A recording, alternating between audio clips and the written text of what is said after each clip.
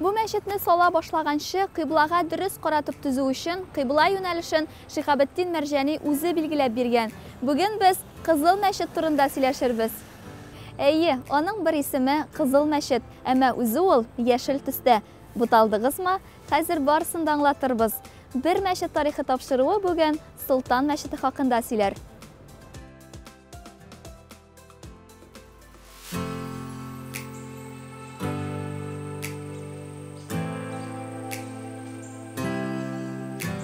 Казанның һәр чорында үзенең билгеле шәхесләре булган. Алар мәдәнияттә, сәүдәдә, җәмгыять эшендә сәләтләрен күрсәтеп танылу алган. Хәер, милли мәдәни, рухани үзәк булып торган шәһәрләрнең барысына да хастыр бу. 19-нчы гасыр уртасыннан алып Җиһанша Госманов нәкъ шундый күренекле шәхесләрдән була. Җиһанша Госманов үз акчасына мәчет төзетә башлый. Төзелеш эшләре 1866 елның кыш аенда ук башлана. Әмма бер ел узуга төзелеш эшләрен туктатырга дип Синодның обер прокурорына шикаят язалар.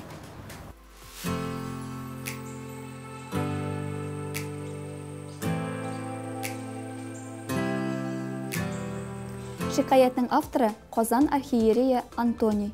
Ул төзелә торган мәчетләрнең православ ширкәүләренә якын булуына һәм гомумән мәчетләрнең күбәюенә ризасызлык белдергән. Архиерей шикаятын рәсми рәвештә кире какканнар. 1868 елда мәчет төзелеп бетә. Беренче намаз укуны Шихабетдин Мәрҗанигә тапшыралар. Әйтеп узганыбызча, Шихабетдин Мәрҗани үзе үк шушы мәчетнең кыйбласын билгеләгән була. Бүгенге заман технологиялары белән тикшерсәк, шак катырлык, ул гаҗәеп төгәллек белән билгеләнгән булган.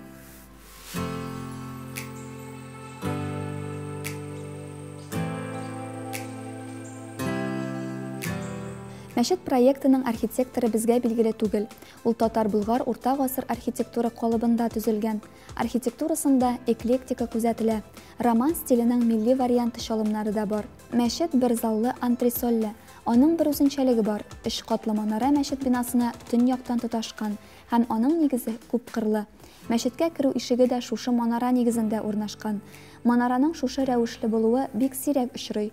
Дөньяда бары тик 5 кенә андый манара бар дигән фикердә яши. Һәм аларның икесе Казанда. Гомумән алганда Солтан мәчетенең манарасы Нурулла мәчетенең манарасы белән бик охшаш.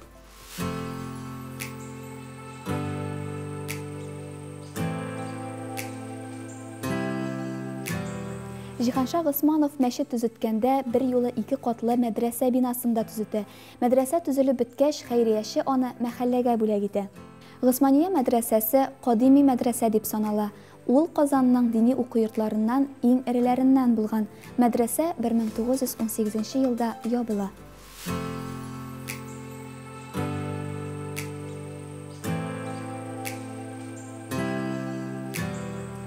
Без әле мәчетнең нинди исемнәре булуын ачыкламадык. Санап китәбез.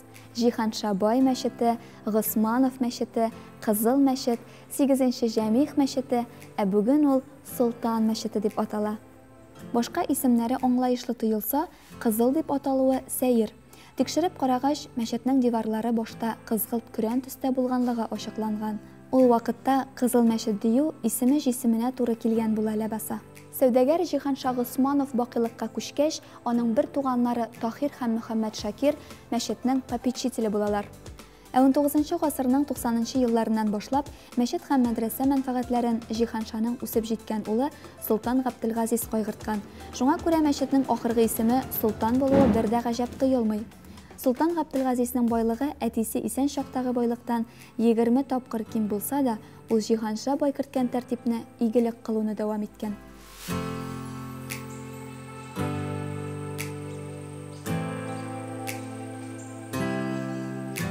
Тат Республиканың үзәк башкарма комитеты карары нигезендә 1931 елда мәчетне ябалар, манарасын җимерәләр, бинаны этажларга бүләләр, уеп яңа ишекләр ясыйлар. Мәчет бинасы күн галантереясы фабрикасына бирелә. Соңыннан биредә һөнәри училищеның дәрес класслары да урнаша.